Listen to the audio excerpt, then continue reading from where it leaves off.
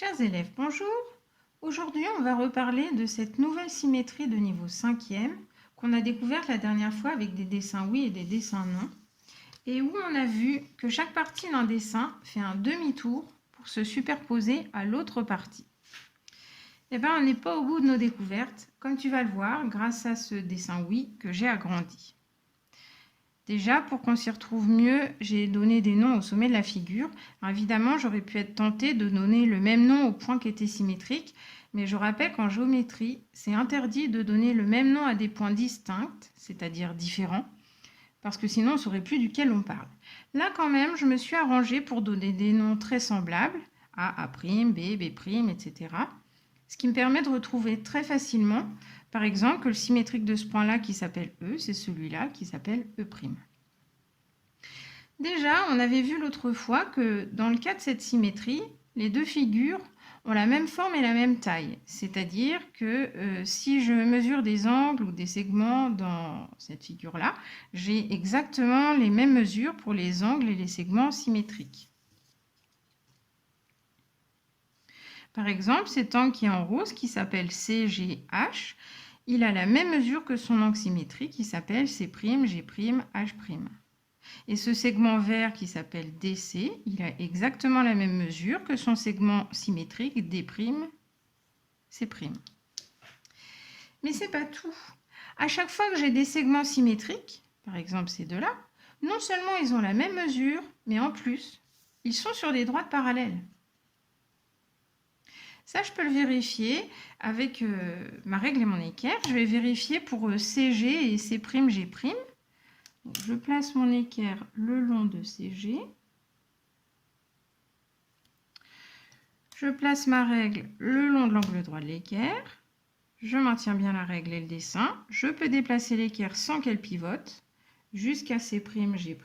Et oui, donc là, je vois bien que j'ai affaire à deux droites qui sont parallèles. Évidemment, ça, je pourrais le vérifier pour tous les segments qui sont sur ma figure, ceux qui sont tracés, comme ceux qui ne sont pas tracés. Par exemple, EG n'est pas tracé. À chaque fois, ce serait la même chose. Tous les segments symétriques se retrouvent sur des droites parallèles. Mais le plus spectaculaire, c'est ce qui se passe quand je relie des points qui sont symétriques.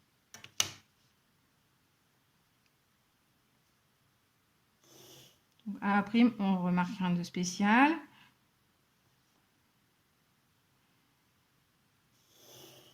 B', oui, bon, d'accord. Je continue.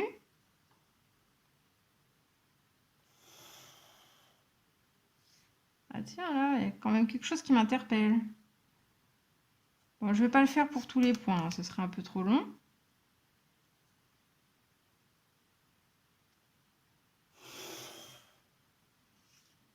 Il y a quelque chose d'assez frappant quand même.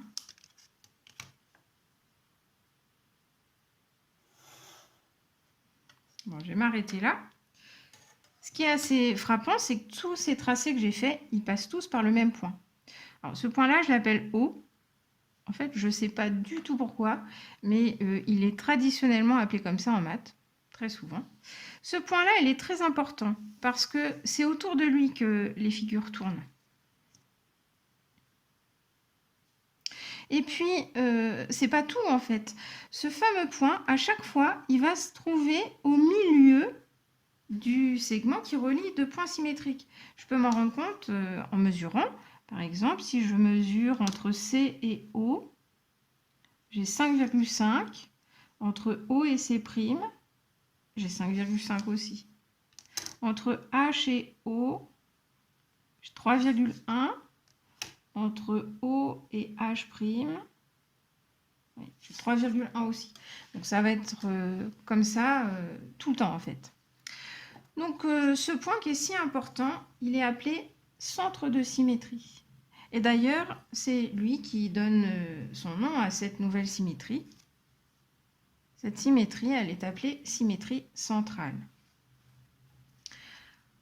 En résumé, quand on a deux points qui sont symétriques par rapport à un autre point, par exemple H et H' qui sont symétriques par rapport à O, à ce moment-là, on peut être sûr que le point O est le milieu du segment HH'. Et ça, c'est vrai aussi dans l'autre sens. C'est-à-dire que si j'ai un point O qui est au milieu d'un segment H', à partir de ça, je peux être sûr que les points H et H' sont symétriques par rapport à O. Et bien voilà, il ne te reste plus qu'à te familiariser avec cette nouvelle symétrie, la symétrie centrale. Et moi, je te dis à bientôt sur Arsène pour de nouvelles aventures mathématiques.